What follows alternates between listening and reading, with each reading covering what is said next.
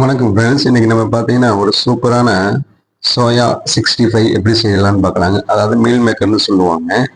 இது எல்லா மளிகை கடையிலையும் கிடைக்குங்க. இது எப்படி செய்யலாம்னு பார்க்கலாங்க. இது பார்த்தீங்கன்னா ஒரு பாத்திரத்தைங்க தண்ணி எடுத்துக்கோங்க. அதில் கொஞ்சமாக உப்பு போட்டுக்கோங்க. ஒரு 150 கிராம் அளவுக்கு மீல் மேக்கர் அதை வந்து அதுலேயே தண்ணியில் போட்டுக்கோங்க.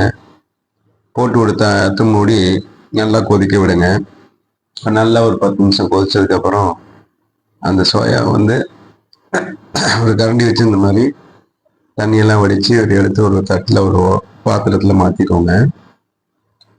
மாற்றின அந்த சோயா வந்து நம்ம தண்ணி ஃபுல்லாக ட்ரை பண்ணி தாங்க நம்ம 65 செய்ய போகிறோம். அதனால் பார்த்தீங்கன்னா அதில் இருக்கிற தண்ணியெல்லாம் இந்த மாதிரி ஃபுல்லாக ட்ரை பண்ணிக்கோங்க. கை வச்சு இந்த மாதிரி நல்லா புழிஞ்சு இந்த மாதிரி ட்ரை பண்ணிக்கோங்க. ட்ரை பண்ண சோயாவை இந்த மாதிரி உங்களுக்கு என்ன சைஸ் தேவையோ 4 பீஸானா 4 பீஸ், நான் வந்து ஒவ்வொரு சோயாவை 2 பீஸாக போடுறேன். நீங்கள் சின்ன பீஸாக தேவைன்னா ஒரு சோயா வந்து 4 பீஸாக கட் பண்ணிக்கோங்க. இந்த மாதிரி எல்லா சோயாவையும் கட் பண்ணதுக்கப்புறம் இது கூட ஒரு 3 டீஸ்பூன் அளவுக்கு தயிர் சேர்த்துக்கோங்க. தயிர் வந்து புளிப்பு இல்லாத தயிராக பார்த்து சேர்த்துக்கோங்க.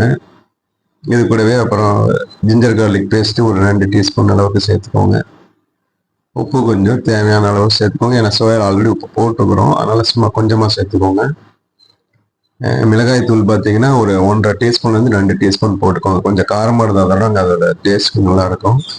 மல்லித்தூள் பார்த்தீங்கன்னா ஒரு 1.5 டீஸ்பூன் போட்டுக்கோங்க. கரம் மசாலா ஒரு 1.5 டீஸ்பூன் போட்டுக்கோங்க. கரம் மசாலா போட்டாலும் சரிங்க, சிக்கன் மசாலா சேர்த்துக்கிட்டாலும் சரிங்க. மஞ்சத்தூள் வந்து ஒரு 1/4 டீஸ்பூன் அளவுக்கு சேர்த்துக்கோங்க. மிளகுத்தூள் ஒரு டீஸ்பூன் சேர்த்துக்கோங்க. கருவேப்பிலை ஒரு 2 கொத்து சேர்த்துக்கோங்க. கருவேப்பிலை சேர்த்து நம்ம மிக்ஸ் பண்ணும்போது அந்த ஃப்ளேவர் நல்லாயிருக்கும். ஃப்ரை பண்ணி எடுக்கும்போது அதோட சுவை இன்னும் நல்லா இருக்குங்க. அதனால கருவேப்பிலை ஒரு 2 கொத்து போட்டு ஃபர்ஸ்ட் இந்த மசாலைகள்லாம் ஒரு தடவை இந்த மாதிரி மிக்ஸ் பண்ணிக்கோங்க. ரெண்டாவது இதுக்குள்ள பவுடர் போட்டு நம்ம தனியாக இன்னும் மிக்ஸ் பண்ணிக்கலாங்க.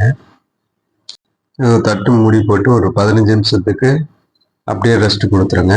ஒரு 15 நிமிஷம் கழிஞ்சு இதில் வந்து ஒரு 2 டேபிள் ஸ்பூன் அளவுக்கு கடலை மாவு ஆட் பண்ணிக்கோங்க.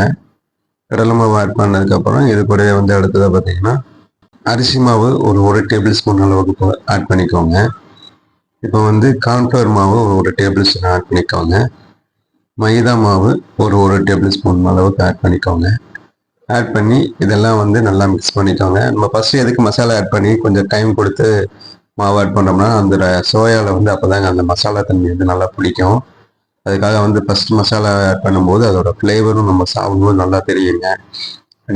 அதுக்காக தாங்க ஃபஸ்ட் மசாலா ஆட் பண்ணிவிட்டு கொஞ்சம் ரெஸ்ட் கொடுத்துட்டு நம்ம இப்போ இந்த மாவு எல்லாமே ஆட் பண்ணுறோம். தண்ணி கொஞ்சம் கொஞ்சமாக தெளித்து இந்த மாதிரி ரொம்ப தண்ணி தெளிச்சிடாதீங்க, லைட்டாக தெளித்து இந்த மாதிரி ட்ரையாக வச்சுக்கோங்க. நம்ம உடனே ஃப்ரை பண்ணிக்கலாங்க டைமுக்கு. ஏன்னா நம்ம ஆல்ரெடி மசாலாவில் ஒரு 15 நிமிஷம் ஊற போட்டாங்க. அதனால நம்ம உடனே மீடியமான ஃப்ளேமில் இந்த மாதிரி 1-2 போட்டு தேவையான அளவு எண்ணெய் ஊற்றி பொரிச்சுக்கோங்க. எண்ணெய் வந்து நிறையா யூஸ் பண்ணாதீங்க. கொஞ்சம் நமக்கு சின்ன ஒரு பாத்திரத்தில் கொஞ்சமாக எண்ணெய் வச்சு கொஞ்சம் கொஞ்சமாக பொரிச்சு எடுத்துக்கோங்க.